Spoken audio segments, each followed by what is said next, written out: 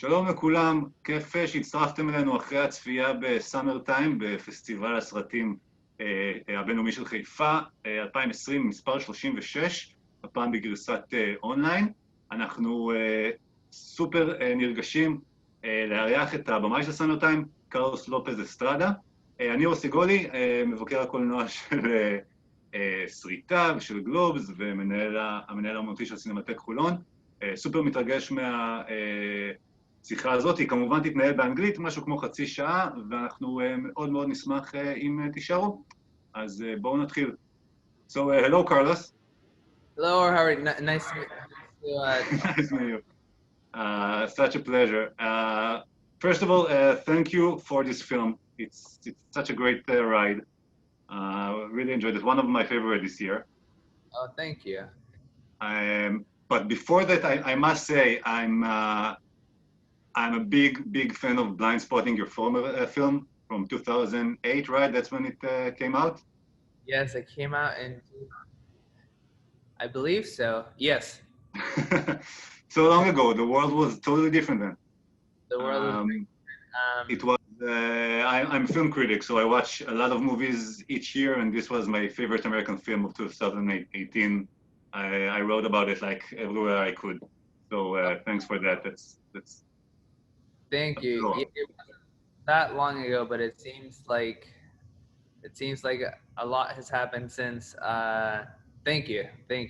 That movie is dear to my heart, and both David and Rava, who wrote it and star in it, are they've had a big impact in my life. So I'm glad to hear that it meant something. I'm just because the film just arrived to the VOD of Israel. I will just say one sentence in Hebrew. דיברנו על הסרט הקודם של קרלוס, בליינד ספוטינג, בעברית, ב-VOD של יס, ואני חושב שבעוד כמה מקומות קוראים לו תקופת מבחן. זה סרט מדהים, ואחרי זה לכו ל-VOD ותצפו בו. Okay, so Carlos, let's talk about this movie, if you don't mind. Yes, please. So I know you probably told it a lot of times, but this movie had some really unique and strange story behind it. So tell us how this kind of movie was made. So I made Blind Spotting about 3 years ago, and I was searching for my next movie and trying to figure out what that story would be. Blind Spotting ended up being a project that, even though I didn't write it, even though it was conceived by David and by Rafa, it became a really personal movie, and I think I put, together as a group, we put a lot of ourselves into it. So I was convinced that whatever the next movie ended up being, it had to feel like that. It had to feel that personal. It had to feel that important and that necessary to me. And I had been reading scripts, I had been meeting with some writers, and nothing, there were a lot of really good opportunities, but nothing really that felt that intimate to me. So I coincidentally, I went to this spoken word workshop from this nonprofit poetry organization here in LA.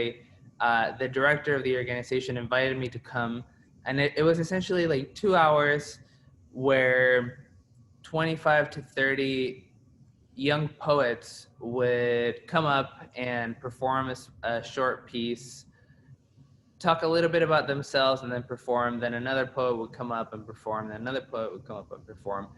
And I left that event just feeling so inspired and feeling so moved, and feeling so sort of like fired up by seeing all these young creatives just so beautifully speak about their experience, to speak about their city, to speak about the things that they consider important. And I was so moved that I just couldn't stop thinking about it. And I remember coming back to the woman who runs the organization and just saying, hey, is there a way that we could work together on something? I don't know if it's a play, I don't know if it's like a series of short videos, but I feel like the experience that I had by watching all these young artists was so important that I just want to come up with a way that other people can have a similar experience and other people can get to see this. So anyway, that conversation evolved into what eventually became Summertime.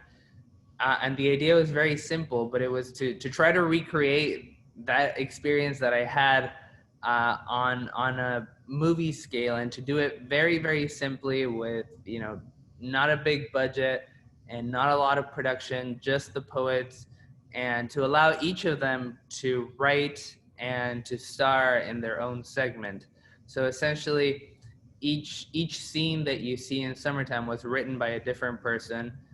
The person who wrote it is the star of that segment, and then together we would work on figuring out how to put together all these scenes and how to construct some, you know, form of like a little bit of an experimental narrative around it. But that's essentially how the movie came to be, and it was a scary thing to do, just because it was the opposite of how you normally make a movie. You know, you have a script, you plan it, you design it really well, you structure it, and then you shoot it. And this, we started with nothing. We didn't have a script. We didn't have. We had some of the poems, but we had no idea of what this was going to be, and essentially became an exercise in trusting the process and trusting that these poets had something important to say. And that the movie was going to tell us what it needed, and that they were going to be in control of their sections. So anyway, 4 or 5 months later, we were shooting.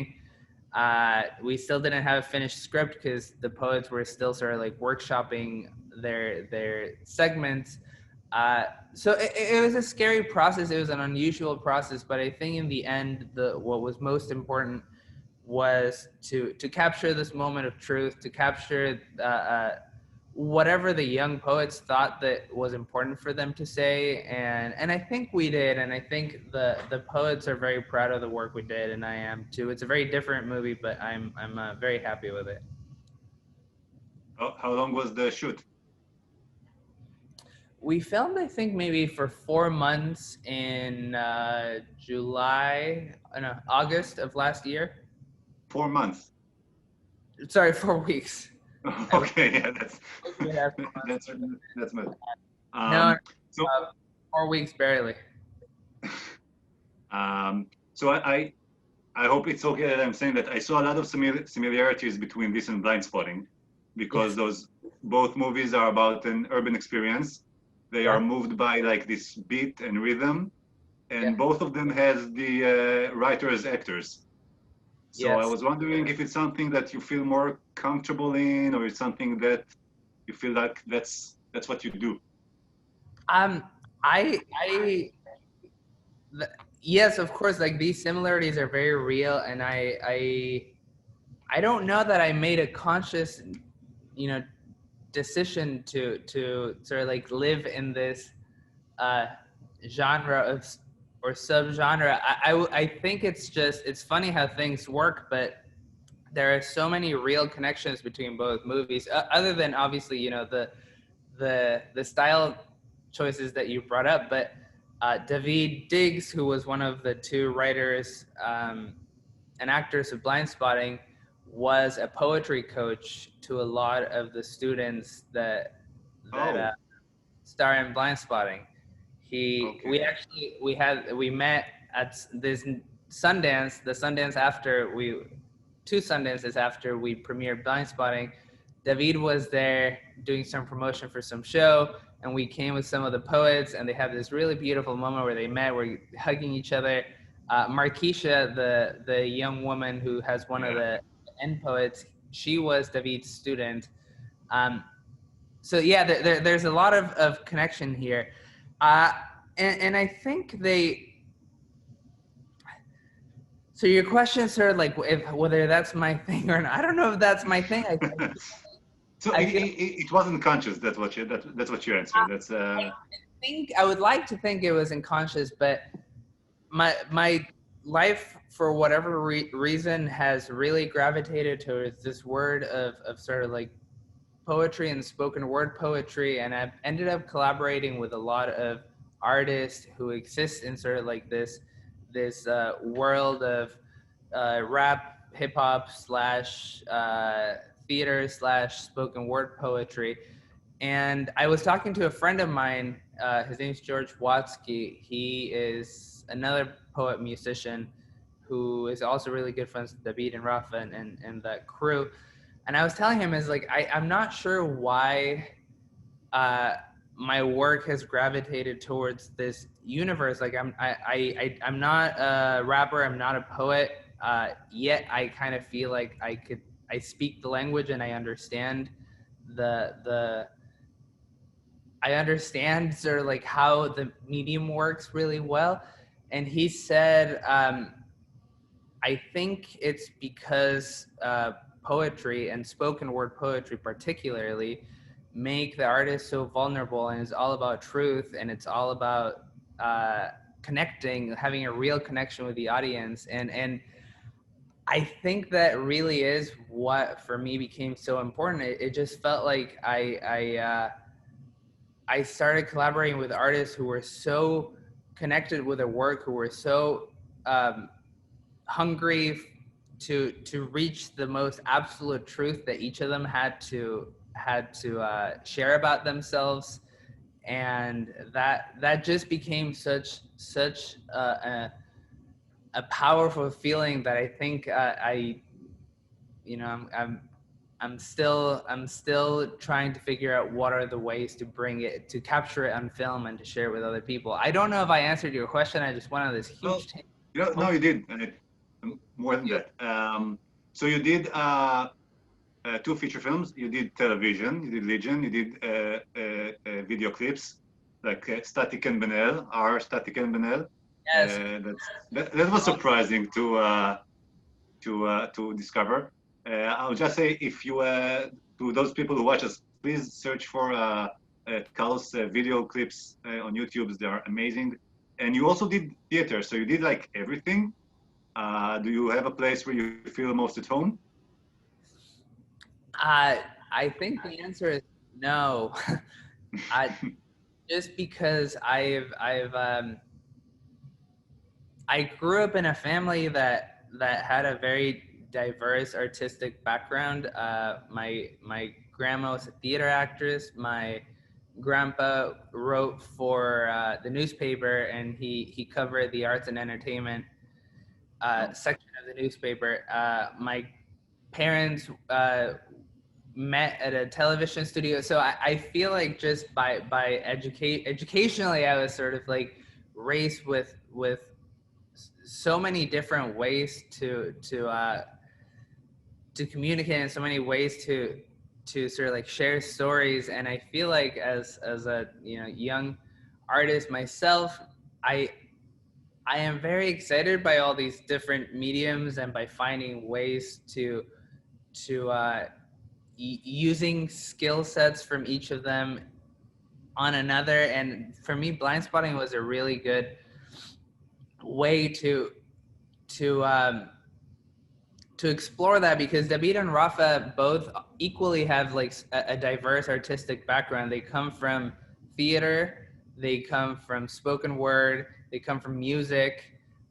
This was their first movie, and blind spotting was an attempt to capture the energy of all these different mediums. Like we hadn't seen spoken word utilized on film. I mean, a lot of people have done it, but we were trying to sort of say, like, we have all these backgrounds. I have these background in music videos. I have these backgrounds in theater. How can we make a movie that feels just more alive or different than the other movies we've seen? And I think Blind Spotting was an attempt to do that.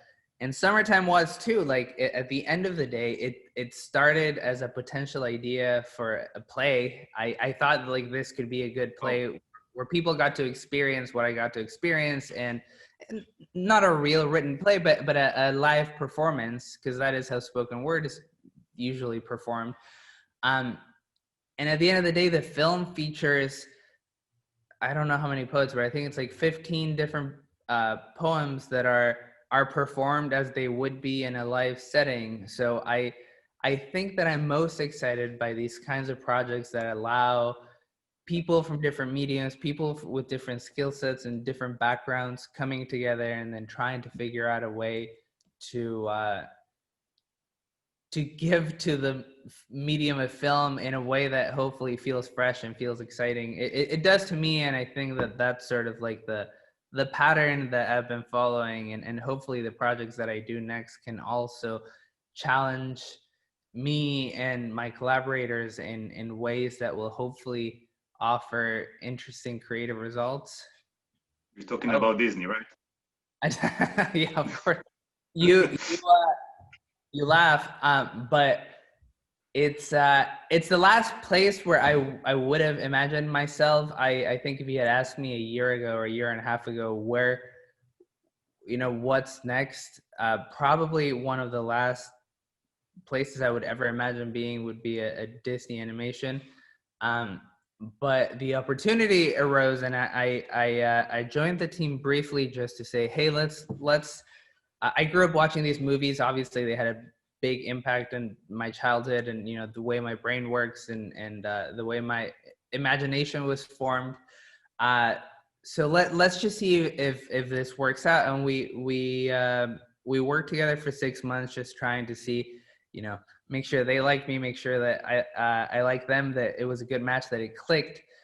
And I was very surprised to see how well the match worked and how exciting the ideas and the opportunities that exist within that company for me. I really never would have imagined, but it feels like I went back to school for art and storytelling, and I'm meeting all of these incredible artists who have been doing this for a really, really long time, and I'm getting introduced to the medium of animation, which is, a completely different and complex medium. And all of a sudden, I'm again in a place where I'm out of my comfort zone, but I think it's for the better. I'm getting to learn and to push myself and to use my storytelling skills in ways that I have never used it before. So similarly to Summertime, I remember just being on set and looking around and being like, how did I put myself into this situation? This was, I had just learned how to make a movie, and then everything that was good and useful, I'm sort of like keeping myself away from for Summertime. Like, why would you do this? You should just do a movie with a script and with actors with experience. And but I think that's what I loved so much about the experience, and that's why I love so much about this new experience that I'm in, is that I am such an outsider to it, and that I'm having to think creatively about ways. Hopefully, I'm giving to them as much as they're giving to me, and the movie that's I'm working on is actually one that I'm very, very proud of, and obviously very different from Blind Spotting and or Summertime, but it feels important, and it feels like something that I would have never imagined doing, and that's exciting. Was that your question? I don't know. Did you have a specific Disney question? Sorry, I just kind of went off. I'm going to ask you if it's an intimidating experience, but before that, I just want to explain our listeners who don't read Variety what we just talked about. I will say it in Hebrew, with your permission. אז מה שדיברנו עליו כרגע זה שאחרי ההצלחה של בליינד ספוטינג, אחרי ההצלחה הביקורתית, אז כמובן שדיזני העצומה חטפה את קרלוס בשביל לביים את ה... Is it live action or animation? It is animation. את הסרט האנימציה הגדול הבא שלה, וזה סיפור מאוד מאוד גדול, ועל זה דיברנו עכשיו. So is it an intimidating experience? And do you afraid to lose your own fingerprint in the process? Because it's a massive machine. It's an intimidating experience for so many different reasons. The first one being that, I'm used to working in independent film, and I'm used to working with a small group of collaborators who work really hard for in order to make this happen. And all of a sudden, I'm in the middle of the studio that has, 900 plus people working on these gigantic movies. So of course it's intimidating. It's been a really interesting process to learn how they make movies in there. And the second question is, sorry, the first part, I'll keep going on the first question. It's been very intimidating, but also the people at Disney have been so warm and welcoming to me, and they made it very clear that they were looking for people from the outside to come into their studio, not to teach them how they make movies and to make movies by numbers, how they normally do it, but they want voices from the outside. They want young voices and young people of color specifically. They've welcomed myself and another director from the outside to influence their storytelling, to influence their culture, to ask questions about their processes, and to see if there's different ways that they could do things, because they've been making movies for almost 100 years, so they have certain processes that have worked really well for them. But I think they want people to come in and challenge what those processes are, and hopefully come in with some fresh ideas. And I think that that's a very exciting opportunity for me, because as much as Disney is a large corporation, it also is an incredibly creative place, and it's a home to so many artists that have a lot to say. So to be able to be given an opportunity to be the head of a story that has the potential to reach so many people and has the potential to affect others' lives in the way that mine was affected when I was a kid. And I saw some of these films and my brain just exploded. It's been a really good challenge, and I think Disney, it's Jennifer Lee, who is the chief creative officer of Disney Animation, was a person who brought me on. She's a really big champion of like filmmaker driven movies, and I think the projects that we're working on there are really allowing me to express myself and to poke at the questions and at the things that I want to poke at, and it feels like they're just offering a lot of tools for me to explore the stories that are interesting and important to me in a way that is global.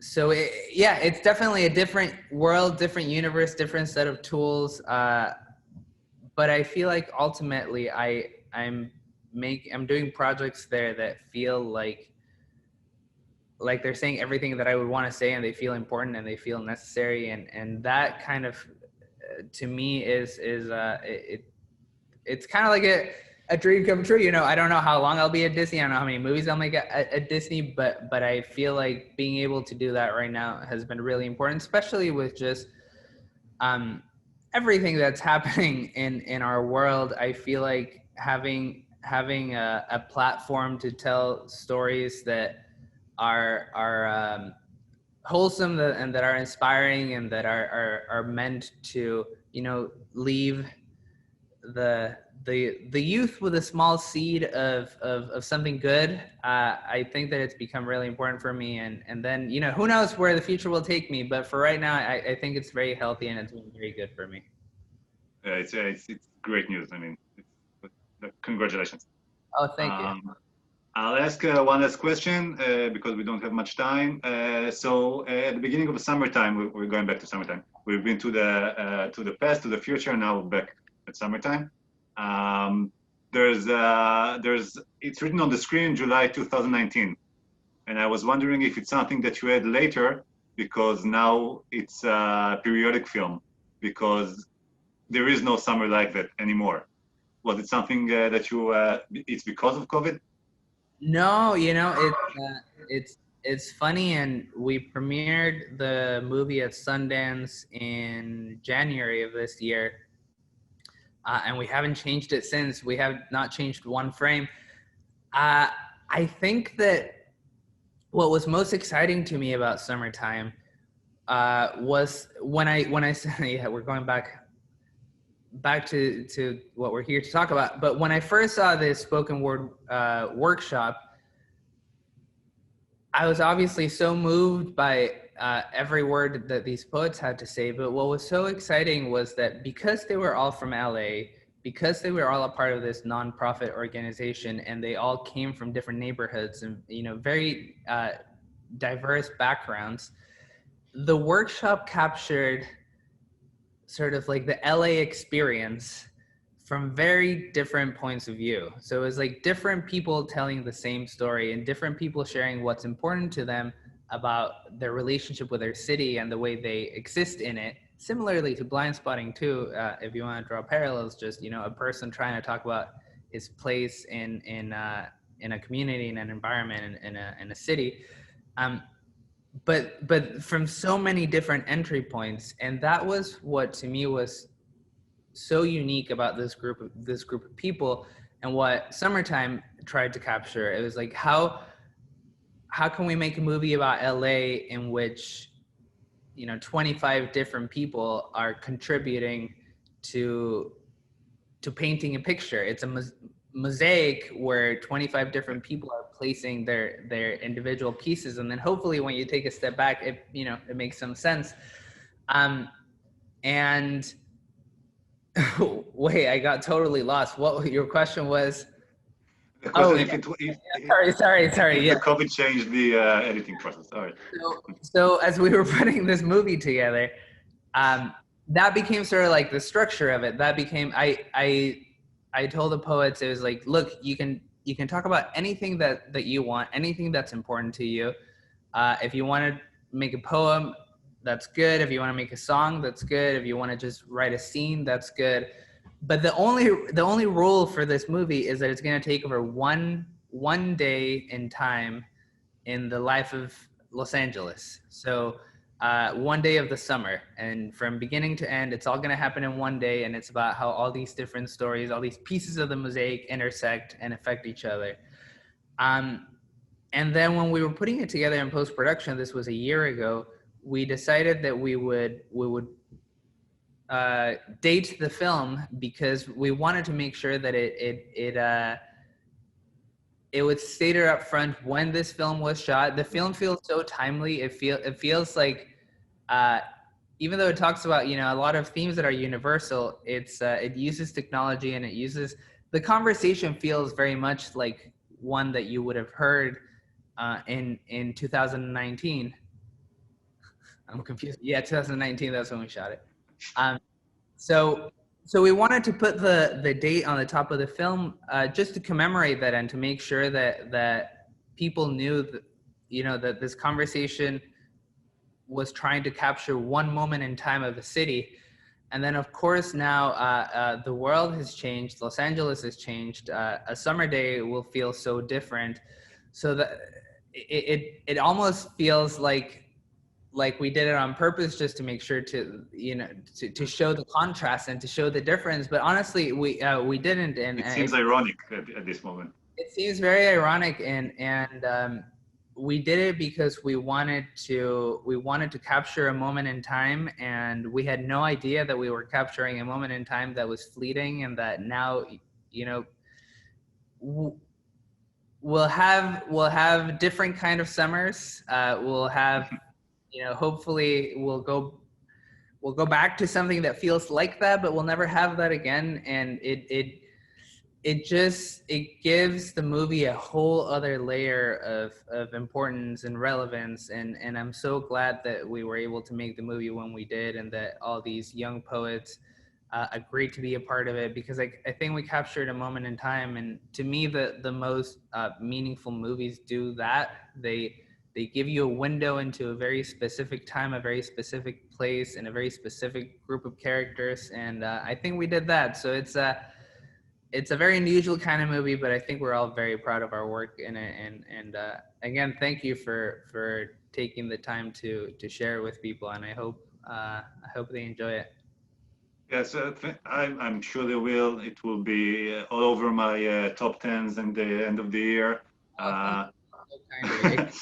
And so thank you for this film and Blind Spotting, and thank you for your time. And this is a great conversation. Of course, Um, it's so nice to be here. I hope that in the near future I get to visit the festival it's a great one. You'll enjoy it. I would love to be back in Israel. I would love to meet you in person. So thank you for having me, and I hope you all enjoy the film. Thank you. Thank you so much. Of course, it's a pleasure. Enjoy the rest of the year. What's left of it. Thank you. You too. Bye. Bye.